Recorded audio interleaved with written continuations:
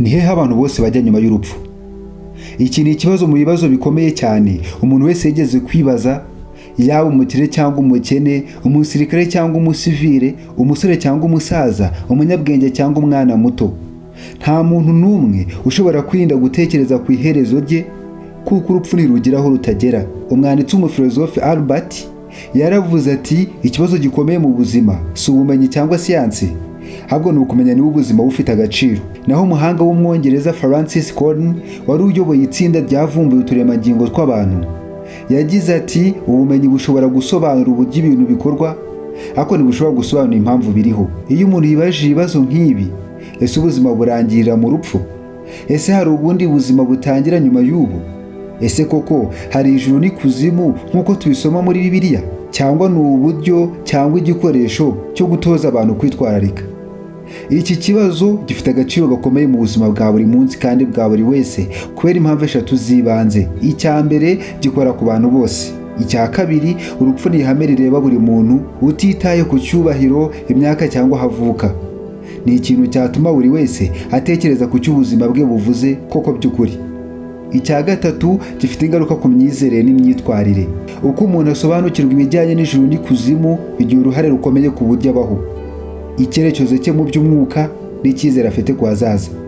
Uwizera ijuru nk'ahantu h'ukuri akora ibintu yiteguye kubaho imbere y'Imana. Uwumva ari inkuru gusa ashobora kubaho ntacyo yitayeho. Ni ikibazo cyambukiranya amadini n'ibihe. Mu mateka yose y'abantu, hafi buri muco wagiye ugira icyerekezo ku buzima nyuma y'urupfu.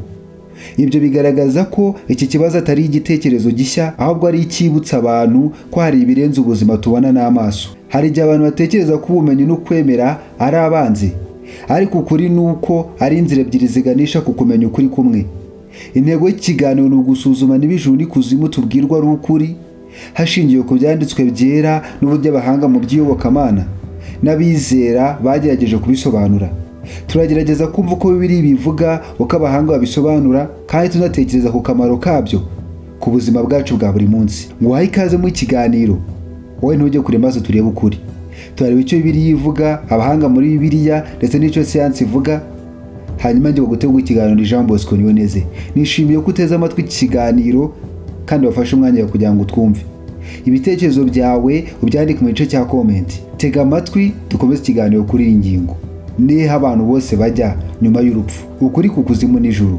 Iyo dusomye Bibiliya tubona ko ijuru atari inzozi cyangwa ikigereranyo cy'ubusabane, ahubwo ni ukuri kugaragaza ubuzima bw'iteka hamwe n'Imana. Yesu ubwe yaravuze ati, mu rugo rwa Data hari amazu menshi, iyaba adaharimo mbibabwiye, ariko ubwo ahari ngiye kubategurira ahanyu, nzagaruka mbajyane iwanjye kugira ngo aho ndi namwe muzabeyo. Yohana yarabyanditse mu gice cya 14 umurongo wa 2 kujya ku murongo wa 3. Aha Yesu atubwira ko ijuru ari ahantu hateguwe, si igitekerezo cya muntu, ahubwo ni isezerano ry'Imana ku bayikunda. Ijuru ryerekana urukundo n'ubusabane bwuzuye n'Imana, aho nta marira, nta kuribwa cyangwa agahinda bizongera kubaho. Mu byahishuwe igice cya 21 umurongo wa 1 kujya ku murongo wa 4 hatubwira iby'ijuru rishya n'isi nshya. Imana ubwayo izaba iri kumwe nabo kandi izabahanagura amarira yose ku maso yabo.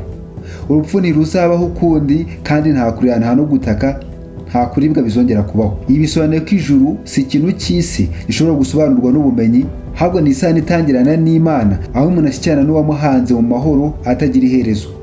Abahanga mu by'iyobokamana basobanura ko ijuru hari ubuzima bushya Imana yateguye mu isi nshya izaba idafite icyaha cyangwa urupfu. Ni isano nshya hagati y'Imana n'abantu, aho byose bizaba bimeze nk'uko byagombaga kuba mbere y'uko icyaha cyinjira mu isi. Yesu yagaragaje ijuru nk'ahantu h'ukuri kandi nk'isezerano ry'iteka ku bizera. Yaravuze ati, mube maso kuko mutazi umunsi cyangwa igihe umwana w'umuntu azagarukiraho. Matayo yarabyanditse mu gice cya 25 umurongo wa 13. Aya magambo atwibutsa ko ijuru atari inkuru yo guhoza abantu, ahubwo ari ukuri kudutera kuba dufite icyerekezo cy'iteka. Icyo Bibiliya ivuga ku kuzimu. Iyo Bibiliya ivuga ku kuzimu ntivuga ahantu h'inkuru z'agahinda gusa, ahubwo ivuga ukuri k'ubuzima butandukanye n'ubw'Imana, ubuzima bw'iteka bwo kubaho utari mu rukundo rwayo. Aho ntihari amahoro n'ubumwe bwuzuye n'umuremyi. Yesu yavuze amagambo akomeye cyane ku kuzimu, avuga ko ari ahantu ho kubabarizwa kandi h'iteka, aho abantu bazaba kure y'Imana kubera guhitamo kwabo. Muri Matayo igice cya 25 umurongo wa 46 Yesu asoza inkuru y'ihene n'intama agira ati, nuko abo bazajya mu gihano cy'iteka ariko abakiranutsi bajye mu buzima bw'iteka. Aha tubwira ibintu bibiri bikomeye. Hari itandukaniro rihoraho hagati y'abemeye gukurikira Imana yabahanze. Iryo tandukaniro si umwanya w'agateganyo, ahubwo ni iherezo rihamye. Muri Luka igice cya 16:23 mu nkuru ya Lazaro n'umukire, Yesu asobanura neza uko umukire yagize uburibwe bukomeye mu kuzimu igihe yarebaga Lazaro ari mu busabane n'Imana. Uwo mukire yasabye ko hatumwa umuntu akajya kubwira abavandimwe be, ariko abwirwa ko bafite Mose n'abahanuzi ngo bumvire. Aha Yesu yerekanaga ko kuzimu si igitekerezo cyo gutera abantu ubwoba, ahubwo ni ukuri kugaragaza ingaruka zo kwanga Imana n'ubutumwa bwayo. Mu byahishuwe igice cya 20:14-15 Yohana agaragaza ikuzimu nk'ikintu cy'iherezo cy'icyaha n'urupfu. Urupfu n'ikuzimu byajugunywe muri ya nyanja yaka umuriro. Iyo ni rwo rupfu rwa kabiri. Aha twereka ko ikuzimu ari ukutabona Imana. Si umuriro w'umubiri gusa, ahubwo ni uburibwe bwo kubaho utagira urukundo, nta kanyamuneza, nta mwanya n'Imana. Mu rurimi rwa Bibiliya hari amagambo abiri akunze gukoreshwa. Hades mu Kigiriki ryari ijambo rikoreshwa kuvuga ahantu h'abapfuye bose mbere y'urubanza rwa nyuma. Ni nk'isi y'abapfuye aho umuntu ategereza iherezo rye. Gehena mu Giheburayo rikomoka kuri Gehenomu, agace kari hafi ya Yerusalemu aho mu bihe bya kera bamwe batwikiragayo ibitambo by'abantu. Mu nyigisho za Yesu, Gehena yabaye ishusho y'uburibwe bw'iteka aho abantu bazatandukanwa n'Imana burundu. Aya magambo yose yombi ashimangira ko kuzimu si inkuru y'ubwoba, ahubwo ni ingaruka yo guhitamo kubaho mu kwigiranya mwigendaho utitaye ku Mana. Hari kimwe mu bibazo byakomeje kugarukwaho n'abahanga batandukanye, kuki Imana y'urukundo yakohereza abantu mu kuzimu. Nyamara Bibiliya isobanura neza ko si Imana yohereza abantu mu kuzimu nk'igihano cy'amarangamutima, ahubwo ni ingaruka y'ubutabera bw'Imana n'ubwigenge bw'umuntu. Imana yaremye umuntu mu bushobozi bwo guhitamo.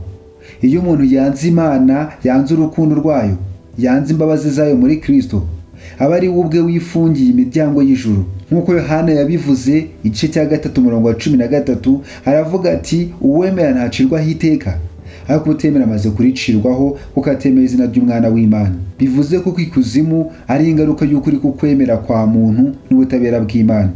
Imana si umubisha w'abantu, ahubwo yubaha amahitamo yabo kugeza ku mperuka. Abahanga batandukanye b'Abakristo bagerageje gusobanura ijuru n'ikuzimu mu buryo bwimbitse, batagamije gutera ubwoba, ahubwo bagamije gusobanura ukuri kw'iteka ry'umuntu. Lewis mu gitabo The Great Divorce avuga ko ikuzimu ari ukwirengagiza Imana ku bushake.